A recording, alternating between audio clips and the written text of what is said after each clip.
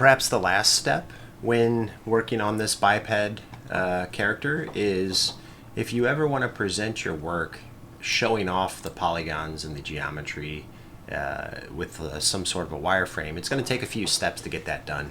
So if you want to have a result that looks something like this one, where you've got a nice, clean, smoothly shaded render, but also have the wireframe, we can do that with just a few quick steps. Now, I've already prepared this scene, so I'm not going to walk through the steps necessarily, but I'm just going to show you where I made those changes.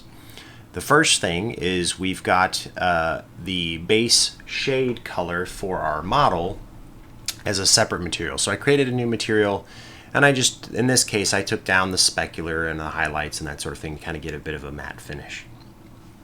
But the part that really sets this to life is getting the wireframe to actually render on the object. That comes in two parts.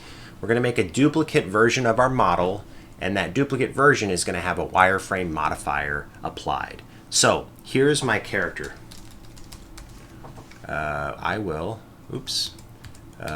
Let's see, I'll call this character, and here is my wireframe. So just to make that clear, I've just renamed those quickly.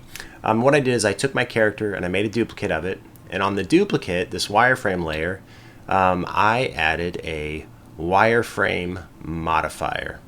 And when you add that wireframe modifier, it's going to replace the original just with a wireframe with a thickness that you can control. So you can see I can boost that quite a bit, and you can see what it does for me. But with a thickness I control, it's just going to make those polygon edges visible. So that's really the secret sauce there.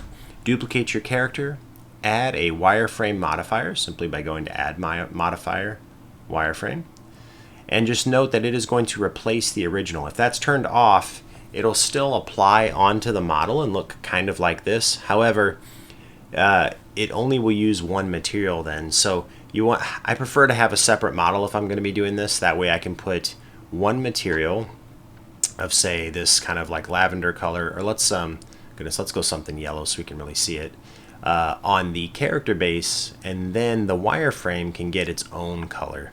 And in this case, I chose the surface type. Instead of principled BSDF, I chose an emission map. That way it won't take in any of the shadow. It'll just look pretty bright, vibrant, and that way it won't catch any of the darkness from the shadow. So there you have it, getting a wireframe on your final biped.